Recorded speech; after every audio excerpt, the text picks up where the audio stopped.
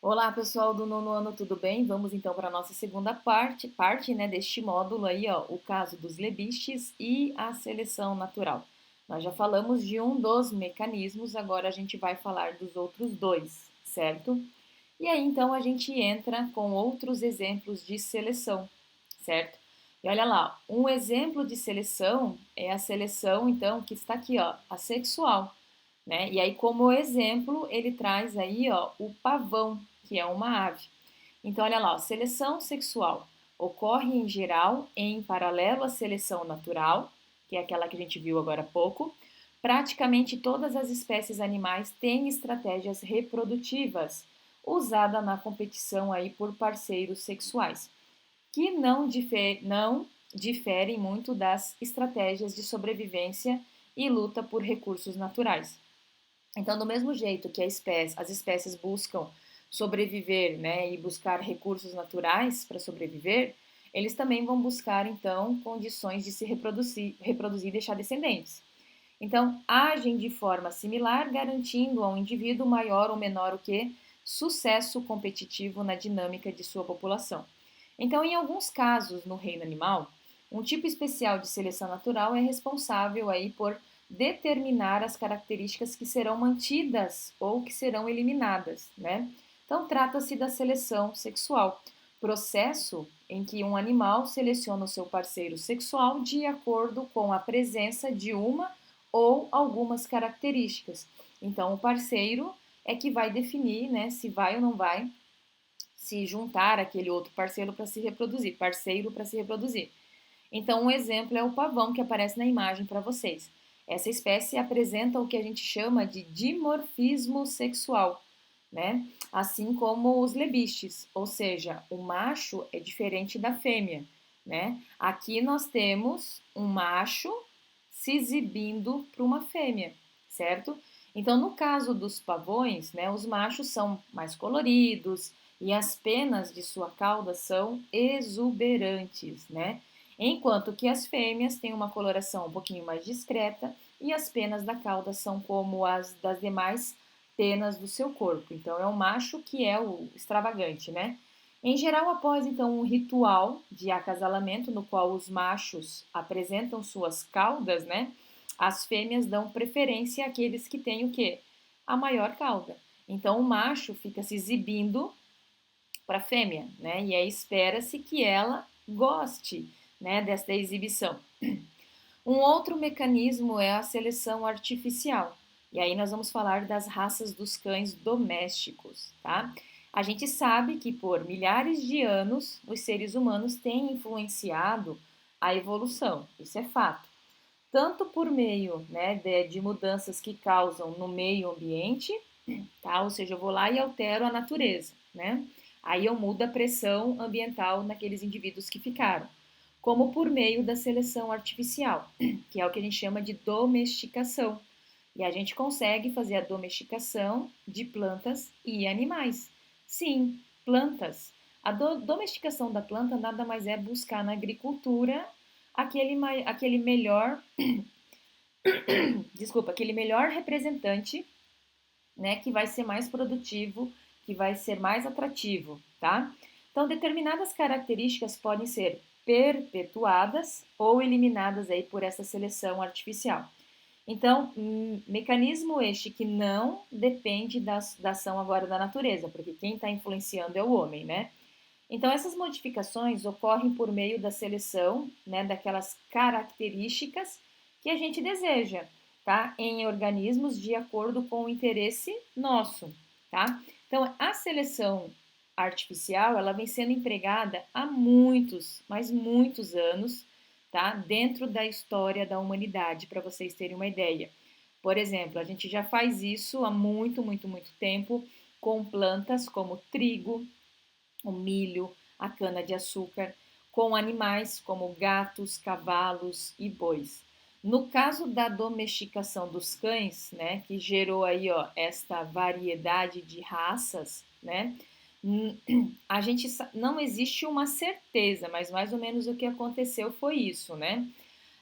Alguns estudos indicam, né, que os primeiros casos surgiram então da convivência de lobos com os povoados humanos, né? E ao longo do tempo e de acordo com o interesse humano, determinadas características foram sendo selecionadas nos cães por meio de cruzamentos planejados. Então a gente sabe, né, que na pré-história os lobos, né, já conviviam com aqueles seres humanos lá da pré-história e eles começaram a se aproximar porque foram percebendo que a comida foi sobrando e eles conseguiam pegar sem fazer muito esforço. O ser humano percebeu que dando de alimento ele ia domesticando, os animaizinhos iam ficando mais dóceis e assim por diante, né? E aí a gente começou a ter esses lobos mais próximos da gente.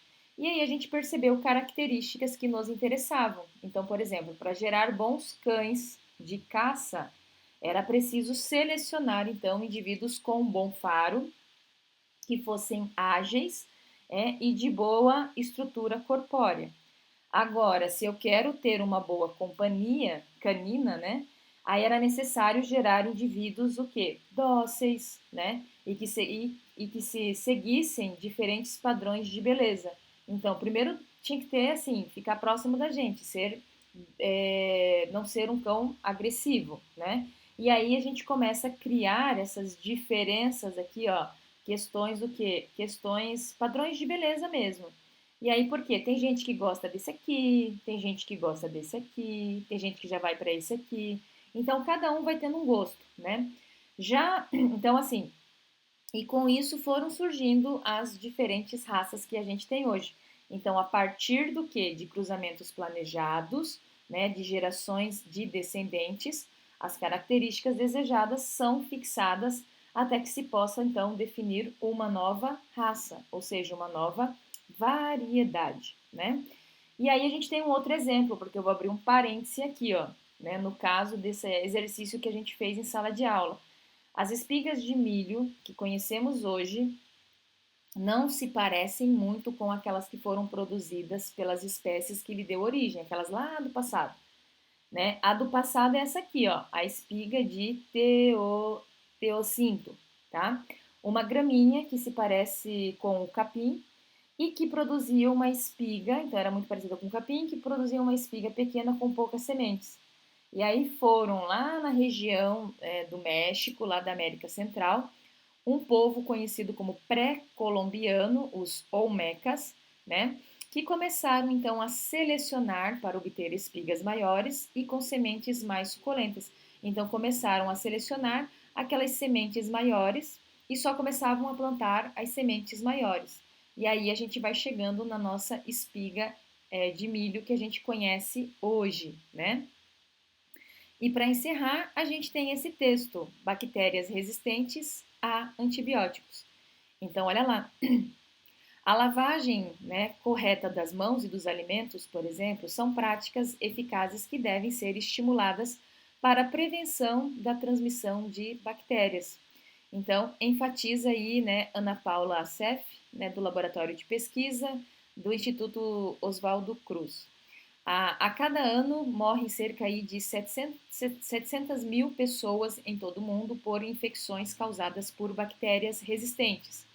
Segundo um estudo encomendado aí pelo governo britânico, né, a partir de 2050, ou seja, a gente vai chegar lá ainda, esse número poderá chegar a 10 milhões por ano.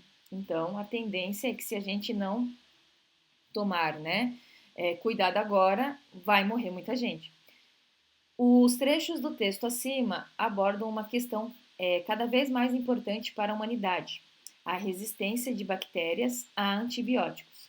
Antibióticos são medicamentos usados aí para eliminar bactérias sem que se danifiquem as células do nosso corpo.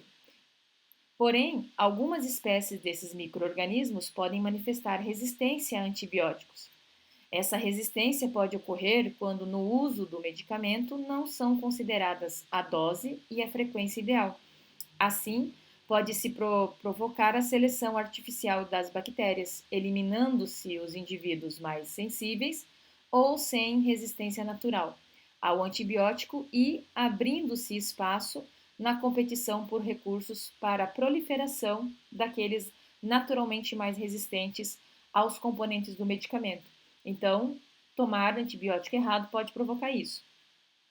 Como bactérias se reproduzem em um espaço de tempo muito curto, de geração em geração, essas bactérias então repassada rapidamente, né? Essa característica é então repassada rapidamente aos descendentes, aumentando-se na população o número de bactérias que têm resistência. Isso acaba então tornando o antibiótico ineficaz. Embora a resistência ocorra naturalmente, o uso indiscriminado de antibiótico e o uso dele em animais que consumimos na alimentação e em produtos de beleza e estéticos, né, podem ser fatores que aceleram este processo. Então a gente tem que tomar cuidado com relação a isso, né? Que o uso errado de um medicamento, principalmente no caso de bactérias, né, para combater bactérias, pode provocar o quê? A seleção daquelas que estariam, né, as menos aptas morreriam logo e as mais aptas, ou seja, as mais resistentes, deixariam seus descendentes. E aí aquele remédio inicial acaba não fazendo, né, não dando efeito, tá bom? Pessoal, o que eu queria falar com vocês era isto e eu aguardo vocês então numa próxima oportunidade. Tchau, tchau.